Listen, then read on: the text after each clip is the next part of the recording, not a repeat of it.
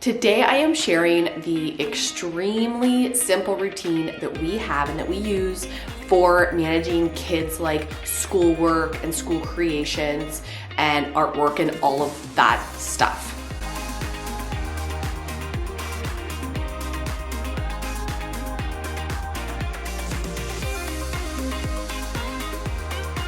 So every night when the kids get home from school, they hang their backpacks right by the door. They take their lunches and water bottles up to the kitchen, and I dig in there and I grab everything that is paper or paper related or some sort of artwork. We have 2 kids and they are in grades 1 and 3. So how much paperwork they bring home really varies like day to day. And so from there, we take everything and I put it on our kitchen table and I just have a quick peek through it. Sometimes there's some like things right away that I'm like, oh, this is just trash. It's like somebody else's work from their class or just like a scribble they did right in like the last 15 minutes of the day or something. So if there's anything right there right away, I just instantly put it into the recycle and I don't even think twice about it. But then if there's some actual like little artwork or like little homework or a little spelling test or something that I think my husband Scott would like to look at before I get rid of it, then I leave it on the kitchen table. When he gets home from work, he has a quick peek at it and just looks at it like, oh, good job with the spelling test. Once Scott has seen it, if it's kind of something standard and not that exciting, then I just right from there put it into the garbage or recycle. However, if there's like something that's kind of cool or I want to be able to, the kids we're really proud of it, I move it from there to our mantle, which is sort of like our display area where we put anything that they've done from school or like something they've maybe created at the library or any of our cards. So like they got little Valentine's cards from Scott's parents, stuff like that, that all goes directly on the mantle where it sort of lives and is on display for a little while. I usually leave items on there for anywhere from like maybe a week to 3 weeks. And then when it gets to the point where it's overwhelming or I have a spare minute or I just want to like fresh space again, then I go and just pull everything off of the mantle, which is exactly what I did this morning. And then I sit down and then I quickly review everything that I've taken off the mantle and just decide, is it go, keep, go, keep, go, keep. Most of the time, 90% of what's up there goes into the garbage or recycle and I don't end up actually keeping it. I did pull off a bunch of stuff today. I'm going to show you in a minute all the items I kept and the ones I didn't keep and sort of give like a reason or explanation for my decision on each of them, which hopefully inspires you to create a routine or a habit that really works for you guys. So then there are these select few items that I'm like, yes, I want something I can look back on in 10 years and I think is really special and it might be really special to the kids as well. And from there, I put it into these little cases that I made years ago for each of the kids. It's just like one of these accordion little file packs. I have one for each kid and I bought them at the thrift shop. I think I paid like $2.50 or $3 for each of them. And then at the time I had a bunch of little like letter stickers. So I just put those on the top for each of their names. And then on the inside, I added little labels, which you can do by hand, or you could just like not even have labels. If you're like, you know what, Marianne, I just like having the treasures, but I don't necessarily need to have them organized. Perfect. Create like a small little tote. You could have a bag. It can be anything as long as it's like a set routine and there's a specific spot for where it lives. So as you can see, what I did is I have all of the grades going from JK, which is junior kindergarten, all the way up to grade 12. And then at the back, I have like extracurricular and then post-secondary as well. So say they have something from university or college that they want to keep. And then at the back, I also have banking.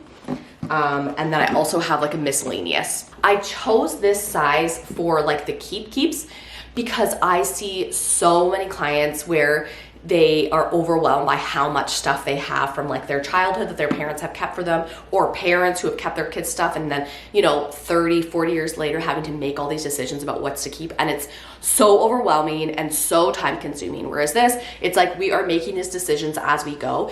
And I honestly think this is more than enough space for all the items that I plan to keep for each of the kids. So of all the things I just took off the mantle, and it was quite a bit, that was like, I probably left that on longer than normal because I knew I wanted to record this video. This is the items that are a keep. So maybe, 6 to 10 pieces of paper. And then these are all the items that are a go. So, I just broke a creation. So much stuff that's all a go. Just like see you never. What I like about having everything on the mantle for like a certain amount of time is that it gives the kids a chance, and it gives me a chance to reflect on how important something is. So for example, kids being in grade 1 and 3, especially my youngest, comes home with something that's so special, and she's obsessed with this thing that she's brought home that she's made. I'm like, oh wow, that's amazing, let's put it on the mantle, we can look at it. And then if I know 2 weeks later she's never mentioned it again, never grabbed it off the mantle, never really like gone back to it or never talked about it, then I know, okay, that was something that was really special in the moment, but not something that's maybe going to be special forever. So it's like the perfect kind of like a waiting period really for deciding what's to keep and not to keep. Here's what I'm keeping from like the current declutter. They have these, your kids probably have it too, where it's like they're like student of the week or whatever. So this is Leo's award. I kept it because it's his only one that he's got this year, and it has like a little blurb about like what he did to receive it. And so these are always kind of nice to get. I don't keep all of them, but this one I think is really nice and special, so I'm gonna keep that. The other thing that Leo did recently was this year he did a speech for his class, and then he was chosen to go to read it in the gym in front of like all of the kids and in front of like a bunch of parents, which is a really big accomplishment. I'm super proud of him. He naturally is like pretty shy. So with his speech, he had like, his teacher gave him like a little certificate. She also did a sweet little card saying that she's proud of him, and then an actual copy of his speech. So all of that I kept, and I'll put all of that in Leo under grade 3. The other thing I kept was each of the report cards. I don't necessarily think everyone needs to keep report cards. I've had lots of clients where it's just not something that they care about. Like they don't care about the scoring, the feedback, the comments aren't special to them. And or maybe it's a year where your child is struggling in school. Is this something we want to remember? Is this a year we really want to reflect on necessarily? Maybe, maybe not. And if that's the case, good riddance. Like I would not keep a report card if it wasn't important to me, or if it didn't have like a positive, like lovely memory for me. The other hilarious thing we're keeping is they celebrated like the 100th day of school, and Annie Rose's teacher like made photos of each of them, and she obviously used some sort of app where she made them all look like what they would look like when they're 100. So like she took a picture of Annie Rose and then made her look like she's 100, and it cracks me up so much, and it's so funny. And then she has like a little bit of writing here, so we have like one good sample of her grade 1 writing. So I'm definitely keeping that. It cracks me up. The other little thing we have was Annie Rose just passed like her next level of gymnastics, and so they get like a little ribbon with her report card. Although the cases are mostly just like for keepsakes and for sentimental value, it is kind of practical and handy. So for like swimming or gymnastics, something that they're going through levels, sometimes I have gone back and referenced them to be like, what level am I supposed to sign them up for swimming again? I can't remember. And so I go back and I'm like, okay, yep, they just passed like turtle or whatever, so that I know what to sign them up for. So in that way, it's like a little bit practical as well. Here's the one thing that I'm technically not keeping forever. This is something I would never put into our keepsakes. However, Leo worked really hard on it, but I'm gonna actually put it in his room on his dresser just for a little while, just so that he and I can both keep enjoying it for the next few weeks. And then from there, I'll just end up tossing it, and I know that he won't care. Here are the things I am getting rid of. A balloon that I forgot we even had that was like shoved in behind one of the frames. A cute little headband that when I picked her up from school that day, she was like wearing it when I picked her up, which was so cute and cracked me up, but not special enough to keep. This is the kind of thing that Leo will come home with. So it's like a paper airplane, and then he has done like a team logo, and he is constantly like drawing and writing and things. So I know I already have lots of like samples of his drawings and writings, so I know I can get rid of that. Annie Rose made these little Valentines for each of us, actually at Scott's parents' house, like in February. There's a whole bunch of them, and I'm getting rid of all of them. This was actually really sweet. She did like I love Leo. Again, this is probably something that she just did at free time during class, so I can let that go. More of Leo's sports like logos and jerseys. Speaking of Valentine's Day, they both made these little folders. You know what they do to like collect their Valentines, or like little bags that they decorate to collect their Valentines at school. And Leo was fine to get rid of his basically the day after Valentine's. He doesn't care about it. He wasn't interested. However, to Annie Rose, this is a great example where it was really special to her that day. And she was really into like the whole idea of sharing Valentine's and like giving and receiving and just like loving everything about it. And even to the point where then that next day when she came home, she wanted to keep making them. So we made more of these like folders. So I ended up putting those on the mantle, but she hasn't thought about them or talked about them since. So I know those can go. Okay, so speaking of student of the week, Annie Rose also got a student of the week. However, she already got one in September, and the one in September had like a cute little message about why she received it, whereas this one is more generic. It just says her name and the date. This is just like a little bit less personal, so I know I can let that one go. She also created this thing at school, which is actually really cool. It's like a sun dial, a sun clock. I love the idea, love that they learned that, but like the actual paper plate, that can go now, and there's like a pencil attached to it, which I'll just put in with our pencils.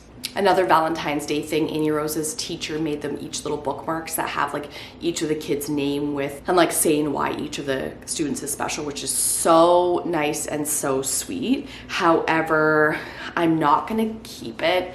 I feel guilty about this one actually. It's just not something that I'm interested in like basically managing like indefinitely. Leo created like, they had to learn how to like explain how to do something. So this was like how to make hot chocolate. It was actually such a cool idea, but I have other samples of his writing, so I don't need it. Same exact thing. He did like Monster for Sale, which was really cool. They like put a lot of work into it. Very cool, but like I just don't need it. When I have things like that and I feel guilty throwing them out, I remind myself that when the teacher is sending them home, I don't know, I'm not a teacher, but I'm thinking the teacher's not thinking, oh, here's something that you should keep for the rest of your life. They're sending that home thinking, oh, I want to show this parent like examples of all the work we've been doing, or I want that parent to know like how their student's doing. They're not sending it home thinking, or can you keep it forever? So I remind myself of that, like, oh, should I have kept this? Like, no. They got Valentine's from Scott's parents. Scott's parents are really into like cards, greeting cards. So we get quite a few of those. I have kept like a card from Scott's parents in their baby box so that they have like, you know, a little sample of their handwriting, like a little like love grandma and grandpa, so they at least have that forever. And then the rest of them really can just go. They don't have like a special message. They say just like love grandma and grandpa. On Valentine's Day, I made little cards, just little homemade cards for each of them. And it just says like little thing we love about them for mom and dad. But they didn't give, like, again, if they had like given a major reaction and thought it was such a great thing, I might have considered keeping them, but neither of them really cared about them at all. So I'm fine to recycle them. Now I have a ton of like worksheets as well. So like, as much as I like to see like, oh cool, all these little creations and these work they're doing, this, I remind myself, is just the teacher asking the students to clean out their duotangs probably, and so they just bring it all home. And I don't really keep any of it. Say they send a worksheet home that for whatever reason they didn't get to like in class, like they didn't have time for it or whatever. I used to keep these worksheets and have them do them like at home sometime, but they never did them. They never, even like a coloring sheet, I don't think they ever finished one. So I stopped doing that because it was driving me nuts. I'm like, why am I keeping these extra sheets? So that whole thing is just like little worksheets that I don't keep any of. This kind of cool thing where Annie Rose did like, oh, it's called a tear tree. Trees and snow. It was actually very cute. I love this one. And I loved looking at it for like the month that we had it on the mantle. But again, that's not something that I necessarily need to keep forever. Have you guys done the like kids activities at Home Depot? I think it's like the first Saturday of the month in our area anyway, and the kids can go and they can build something for free. It's a fun little activity. However, it is sort of annoying in that you're stuck with all these like things that they've built. So these ones, as you can see, are piggy banks. They've done like a bunch of them before. We don't need these piggy banks for actual piggy banks, so they were just like decorations that we kept on the mantle. They're not important enough to keep hanging on to, so I want to move that and make space for new things that I know they'll keep making. So that's everything. I have a beautiful clear mantle, which feels amazing. I enjoy that usually for a couple of days before new things come home from school. I'm gonna go ahead and put all of this stuff in the recycle. I'm gonna put the items that we're keeping into our keepsake bins. I hope that this may have helped you to create a routine in your house, or just like a simple, super simple habit that can make managing kids' paperwork just a little easier on you and your family. And thank you guys so much for watching, and I will see you next time. Bye guys.